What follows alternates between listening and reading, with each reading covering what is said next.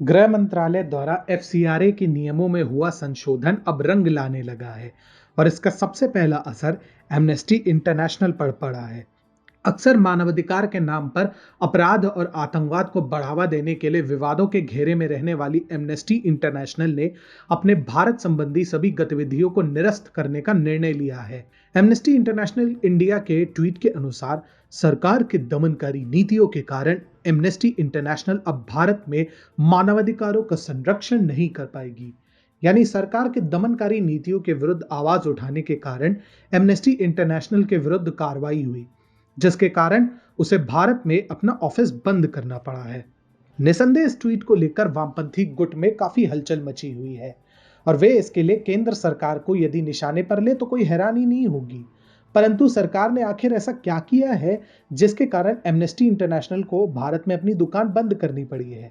दरअसल केंद्र सरकार ने एफसीआरए के नियमों का उल्लंघन करते हुए और अन्य वित्तीय अनियमितताओं के अंतर्गत एमनेस्टी इंटरनेशनल के भारतीय ऑफिस को रंगे हाथों पकड़ा और फलस्वरूप 10 सितंबर को एमनेस्टी इंटरनेशनल इंडिया से जुड़े सभी बैंक अकाउंट्स को तत्काल प्रभाव से निष्क्रिय यानी फ्रीज कर दिया गया।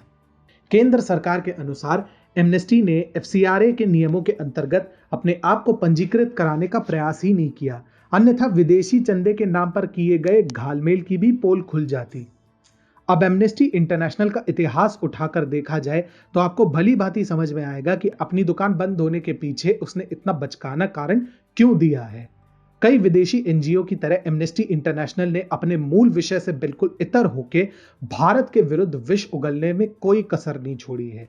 जब से नरेंद्र मोदी ने सत्ता संभाली है तब से एमनेस्टी इंटरनेशनल का एक मुश्त ध्येय भारत को किसी भी तरह एक इस्लाम विरोधी देश घोषित करना था, जिसके लिए उसके कार्यकर्ताओं ने भारत के विरुद्ध भ्रामक खबरें फैलाने में कोई कसर नहीं छोड़ी।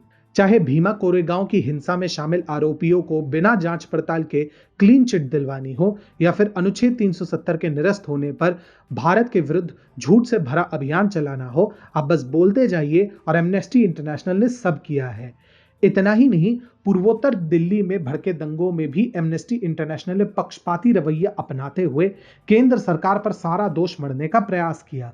इसके अलावा वित्तीय अनियमितताओं के कारण 2018 में एमनेस्टी इंटरनेशनल के भारतीय ऑफिस पर छापा भी पड़ा था और ऐसे में यह कहना गलत नहीं होगा कि देश से भ्रष्ट एनजीओ को मुक्त कराने में एमनेस्टी इंटरनेशनल का भारतीय ऑफिस बंद करना एक बेहद सफल शुरुआत है।